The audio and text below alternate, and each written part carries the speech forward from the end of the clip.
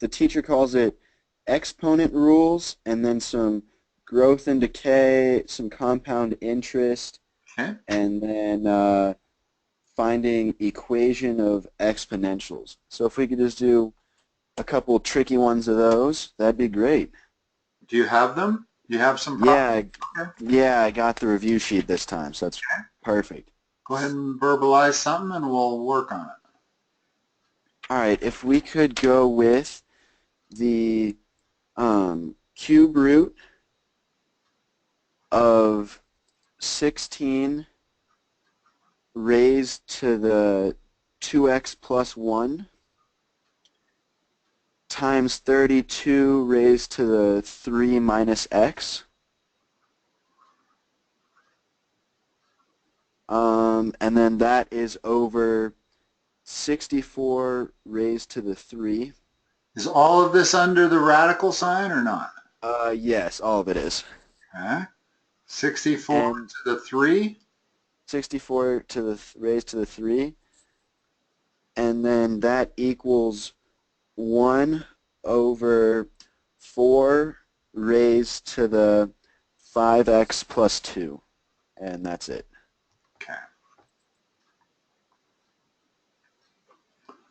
What we want to do is take all of these numbers we see, 16, 32, 64, and 4, Okay. and make them powers of 2. Oh, to get the like the common base. Yes, the common exponential base. It's not a common factor, because a common Okay. factor would actually be 4. But Right. I can express 16 as 2 to the 4th. I can express 32 as 2 to the 5th, 64 as 2 to the 6th, and 4 as 2 squared. Okay. Okay?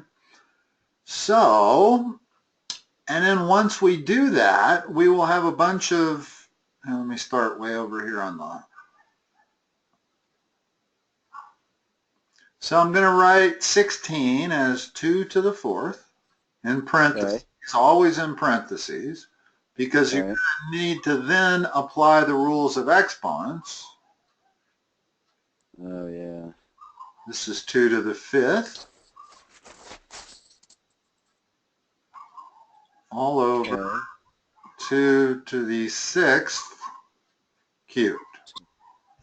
Okay. And we're going to have that. We don't need to necessarily do this one right away, but we'll just do it just so we can kind of see our path that we're going to take here. Okay. Okay.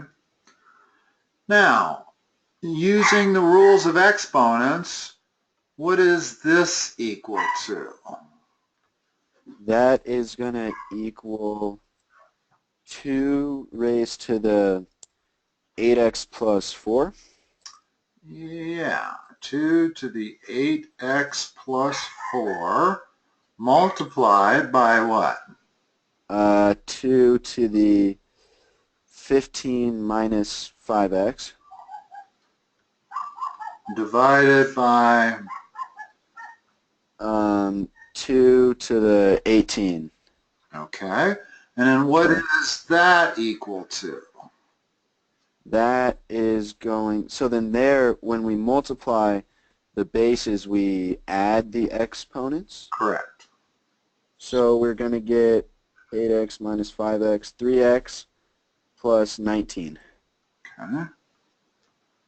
And when you divide, what is that equal to? That subtracts, so we're going to get, is it just 3x plus 1? Huh? Okay, So everything inside the radical can be boiled down to that, correct? correct. I think I did everything. Okay, now, so we're going to have the cube root of 2 to the 3x plus 1 Okay. equals 1 over, and what is that one boiled down? Uh, that one, I forget, what does that get down to? That goes Uh, 2 to the 2. 10x plus 4. In other words, multiplying these exponents. Okay. You with me? Yep, in there. Now what? Now, we should get rid of the cube root. Yeah, how do I do that? You can either raise the left side to 1/3, right? Or can you just This cube root actually both sides? is to the 1/3, so you've got to cube both sides. In other words, we Yeah, have to cube take each both side sides. to the third power. Okay. Okay, and that leaves us with 3x plus 1 on the left side. Yep. And when I take that to the third power, well, I can do numerator and denominator separately. So the numerator stays 1. What's the denominator become? The denominator is going to become 2 raised to the 30x plus 4. I mean 12. Correct. Okay. Now, my goal is to get 2 to some power equals 2 to a different power, and then I can equate the powers. Okay. Okay? How can I write that as a 2 to some power? You can write it as do you just rewrite it to raise it to the -1? Is that? Negative everything. Oh, yeah. In other words, here's how I'm really writing it. Let me write it like this, and then it's perfectly clear. Okay, so you multiply a -1 through Yeah, that. a negative exponent merely means reciprocal. Okay? Okay. In other words, if I have 3 to the -4, that's 1 over 3 to the 4th. Okay. That's all a negative exponent means. And it does not mean negative numbers. It almost never means negative numbers. Okay? Almost always, when you have something raised to an exponent, it's positive, unless the Right. number itself is negative. If I took -2 to the -3, well, that's going to be a negative number, but most of the time you're going to have positive numbers. So now I have this equals this. Right. So now we can drop those 2's. Yeah, I can equate the exponents. Make sure you distribute that negative sign. Okay. And then you have a simple algebraic equation. Perfect. Do you have answers for these? Yep. Let's Get 33x equals -13. X equals -13/33. Is that what you got? The answer key says x equals -23 over 13. I mean -23 over 33, not -13 over 33. Okay. But Where it did has been known to goof these up before. Well, I might have made a mistake myself here. I think what we did was looking good. 5x plus 2, that was the original exponent, right? Yep. So that became 10x plus 4, and then we cubed it, which became 30x plus 12. How about on the other side? We've got 19 minus 18, so that's pretty clear that that 1 is correct. Yeah. I can't see my mistake. It's possible, and part of the problem with problems like this is there's like 9 steps, and if you There's a lot of steps. if you make a math mistake in any of the 9 steps, you're not getting the right answer. And you almost have to go back to step 1 to figure out where you went wrong. Yeah, but I understand the process now, so I think that's fine. This, notice we did not have to use logs at all. No, we haven't even covered logs in this class yet. Oh, okay. So it's In other interesting because words, I remember covering yeah, them last year and in there's, Algebra 2. right, there's two ways to do this problem. If I say this, well, we can do it by finding a common exponential base, like this. Yeah. We can do it that way, but that doesn't apply to very many problems. In other words, if I make that a 7 instead of an 8, there is no common exponential base. Right. Then the only way to solve it is using logs. So typically, the only way to solve exponential equations, which is any equation where your variable is in the exponent, that's what is an exponential equation. Okay. You can't use algebra to solve it. Right. There's no way I can solve this algebraically. The only way I can do it is to take the log of both sides, and then that allows me to bring the exponent down in front on the algebra line, and then I can solve it algebraically. But if it happens that the numbers have a common exponential base, then you can solve it without logs. And that's what this problem was, is that they gave you 4 different numbers, and you could express all 4 numbers as base 2. Right. And then once you can get the bases to be the same, then you can equate the exponents. Similar, that if you did have the natural log of x plus 2 equals the natural log of x squared, I could equate x plus 2 equals x squared. Okay. Okay? Right. All right. So yeah, so once you get that base, then the x, you can drop the bases. Well, yes. And Yeah. you can kind of think of dividing both sides by that base, but that's not really what you're doing. It's just like I'm not dividing both sides by natural log either. When I did the Okay. last problem, I didn't really divide both sides by natural log. It's just that when you have the natural log of one argument equals the natural log of another argument, that means the arguments have to be equal. Right. All right. Okay. What other problems do you have? Boy, they give you complicated ones.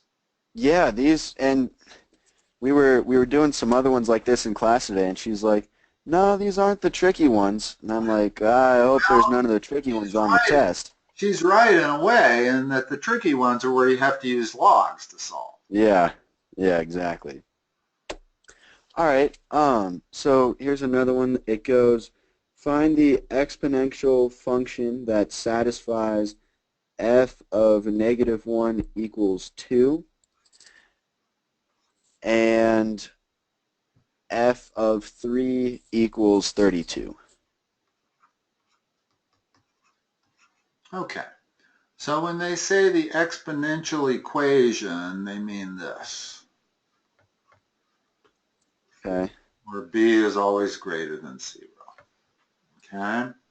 That's the general format for an exponential equation. Okay? So Okay. they're saying when x is -1, y is 2. So I've got this equation.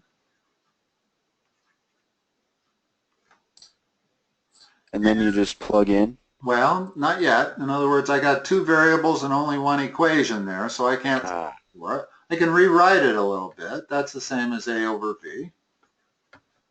So 2 equals a over b. Okay. Now, for this condition, I'm going to plug in what? What equation do I get? You're gonna get 32 equals AB raised to the third. Right. Now I have 2 equations and 2 unknowns, and I can solve for both a and b. Okay. Okay. Let's use substitution. So if we take this equation and we solve it for a, we get a equals 2b, right? Yep. Now let's substitute that for this one. So we get, instead of a, I'm going to write 2b times b cubed. Solve that. Okay. Solve that. So that's going to go 32 equals, so this case you still have to do, oh no, that's just multiplying again. Rules of exponents, there's a 1 there. The only reason this is Yeah. hard is because most people don't consider that 1. So you're going to add the exponents, so you get what? 2b to the fourth. Okay, now what? That'd be tricky because normally you don't write the 1, so you might just write 2 Exactly. So you instead. always have to watch for that. Yep. Then you can divide that by 2, so you get 16 equals b to the fourth. B is going to equal 2. Huh? And since 2 was equal to a over b, and b is 2, then a is equal to 4. So now our equation is y equals 4 times 2 to the x.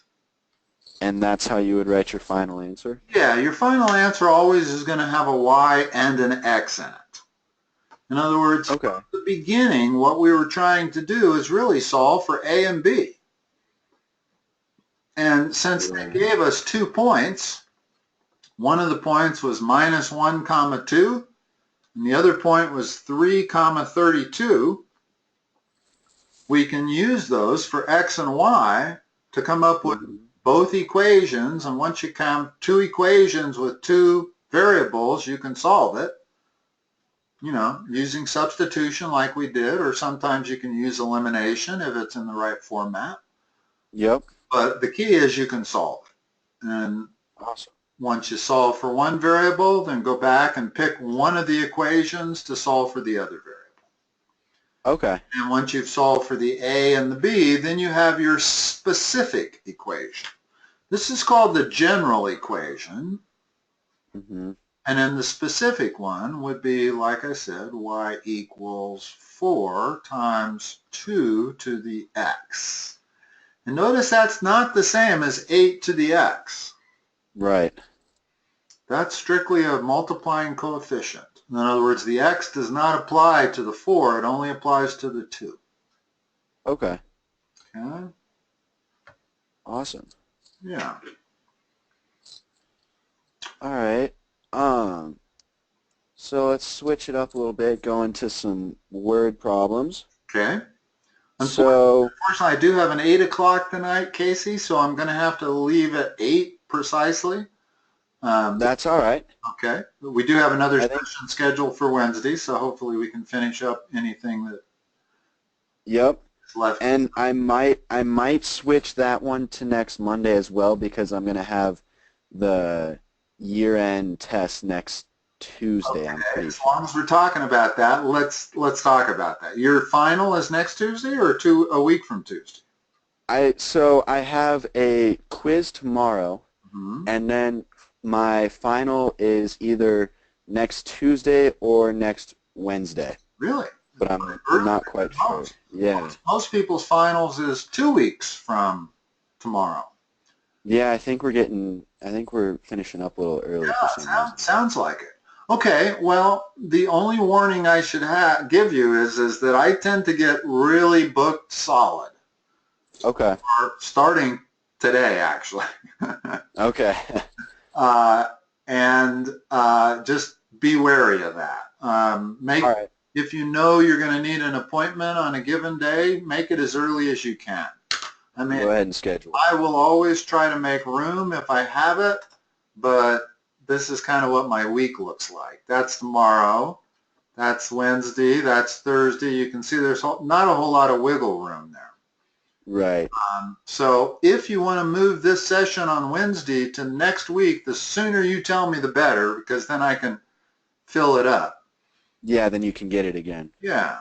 Okay. I'll check that out. And yeah, you don't have to tell me now. I still have an hour open above you on Wednesday, so I got time to to do that, but let me know as soon as possible. And incidentally, if you want to, the best way to really do this is Uh-huh. you made that reservation, you got a confirmation email, I believe. Yep. Go into that email and there's a link in there that allows you to cancel it Okay. automatically. Awesome. And just reschedule it for the next Monday. Okay, I will. If you want to do it without talking to me. You can also call me or text me or anything you want, and I'll change it. But if All right. you want to change it on your own, that's the only way to do it, is to cancel the first one and then to schedule a second All right. one. All right, cool. Yeah, I'll look into that, and I'll let you know as soon as I can. Yeah, or you don't even have to. You just can go on there and do it. And if, I might as well, if it doesn't work out, I might as well just talk with you again on Wednesday night, then we can talk again next week. Yeah, no, that's fine. That's fine. All right. So what else do you got tonight? We got time for another problem here, at least one. All right. So it says a substance has a half-life of 3 months. Okay. If you start with 400 milligrams of the substance, how much is left after 2 years? Okay, the general formula for radioactive decay is the amount you have left is the amount you started with times e to the minus kt. Okay. Okay, that's a general formula. And what they're telling us by saying the half-life is equal to 3 months, it means whatever you start with is going to be reduced by half when t equals 3 months. Okay. Okay, so I can take this general equation, and here's another case where we want a specific equation. Okay, Right. but we need to know what k is. We don't know what k is because k is different for whatever substance you have. If this is cobalt 60, k is different than strontium 232 or uranium 285. They all Okay. have different half-lives, and half-lives can go anywhere from 2 seconds to 25 years. Really? Okay, yeah, All right. for radioactive substances. That's what makes Hiroshima and Nagasaki so dangerous, is that when they exploded the bomb, the half-life was like 25,000 years. So 50 years later, you still have a lot of the radioactive material still there. It'll be 25,000 years before half of it's gone. That's what's Right. so dangerous about radioactive bombs, okay? But Okay. our first task here is to figure out what K is. Right. Okay? K is the variable that we don't know what it is yet. Well, they're telling us that in 3 months' time, the initial amount becomes half the initial amount. So I can write this like this. And I don't really even care what the initial amount is at this point in time. I'm going to solve for K first. I don't need the initial amount to solve for K. Notice that the a sub zeros, if my first step is to divide by a sub 0, I get that. Okay. Which gives you 1/2 equals e to the minus, we'll put the coefficient in front just because we're used to seeing it like that. Now how do I solve that for k? Now I'm looking at an exponential equation where I do have to use logs to solve. Yeah, in these cases, so we do need logs for this one? Yes, you cannot solve a I typical exponential equation without logs. Now, Yeah, I'll I just show you think how for to do these that. ones, she has us like graphing it on our calculator and then Okay, finding that's the the other way to do intersection. it. That's the other way. Yeah, I was going to say, how can she give you this problem if she hasn't given you logs? Okay, Right. here's the way you solve it on a graphing calculator. You put Okay. that in as y sub 1, and you put that in as y sub 2. In other Okay. words, what kind of, you have a TI-84? Yes, I do. There's your y sub 1. Okay. There's your y sub 2. Wherever the lines cross is your solution.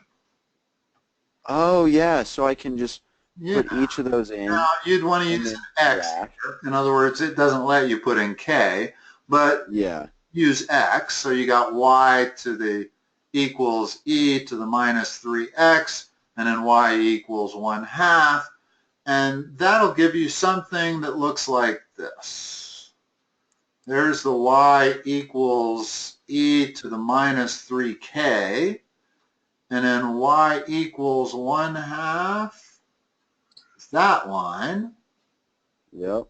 So that's your solution, with this being the k-axis and this being the y-axis. Okay. And you know how to do that, right? When you have two graphs, you know how Yep. to find the intersection. Yep, I do. I And remember that. usually when you find the intersection, it gives you the k value. It doesn't give you the y value. It might give you both. I'm not sure. I use Okay. Inspire now, so it's been a while since I've used the TI-84, but Yeah. it gives you your answer either as an x and y coordinate or at least just the x value. And that's what we're really trying to solve for, is the x value. Okay. Right. All right.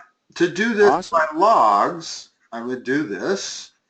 And then I have on the right side minus 3k equals natural log of 1/2. So k equals natural log of 1/2 divided by minus 3. So that's the solution. Okay. Okay. Awesome. I was going to say something. Oh, okay. So now we have a specific equation. Uh-huh. What is it? It is going to be They're telling us our starting amount's 400 milligrams. 400 milligrams. So That's going that's to, a sub 0. yep. And then e Um, to the E raised to minus. the, yep. Well, what is k? K is this, it's better to just leave it like this, because if we substitute a number for that now, it will be necessarily rounded off. And we don't want Okay. round off error. We want, and time is what in this case? In other words, after 2 years. Boy, they really make this hard. Yeah. Especially when you can't use logs. When you have to do it on a graphing calculator, it makes it really hard, because you're going to end up with a decimal answer for k, not this answer that I came up with. The window is going to be pretty hard to find and Well, stuff like it that might for the be. graph. You're just going to have to adjust the window. Make sure your y-axis goes up to at least 1. Okay. And your x-axis can probably go. But my point is that to answer the question, what's t? Is T going to be 3? No, that was the Or, original. In other words, oh, 3 months told us that the substance decayed by half. And we used that to calculate K. oh, yeah. Okay? Which means when you do that, you're stuck with months being the unit for T. Had I used years, well, then this would have been a quarter of a year instead of 3 months. Right. That would have given me a completely different K. So Okay. if I'm going to stick with months, then I have to stick with months. And this 2 years becomes 24 months. 24 months. So T is 24 in this case. Okay. And then all Yeah. that is just a number. There are no variables there. E is a number. Natural log of 1/2 is a number. Awesome. And you will end up with the proper amount. Now, let's see if we can figure out. I can figure this out in my head, because you lose half the substance every 3 months, right? Yep. So if you're starting from 400, at the end of 3 months, you have 200. At the end of 6 months, you have 100. At the end of 9 months, you have 50. Yeah. At the end of 12 months, 25. do that 4 more times, and you've got how much is left at the end of 24 months. Yeah. So that would have been an easier Well, yeah, easier but only way because to they do gave us that. nice round numbers, and it's not Yeah, so good round numbers. now because now it's 12.5, and then it's 6.25, and then it's Yeah. 3.125, and then the last one is like 1.56. So I think that's the answer, 1.56 or thereabouts. Yep, that yeah. Her answer's rounded a little bit, Yeah, but yeah. it's yeah. And she made this easy enough that you could just keep cutting it in half 8 times, and 2 years is 8 3-month periods, but Right. it's rarely that easy. In other words, she could have just as easily asked how much is left after 11 months, and now you have to use logs or a calculator to solve it. Okay. Okay, Awesome. Well, thank you very much again. you're welcome, and I'm going to have to run on you, but I will talk to you on either Wednesday or whenever you change it to. Or maybe both. All Yeah, if that's fine with me. right, sounds good. Thank you. All right. Have a good See you, week. David. Bye-bye. Bye.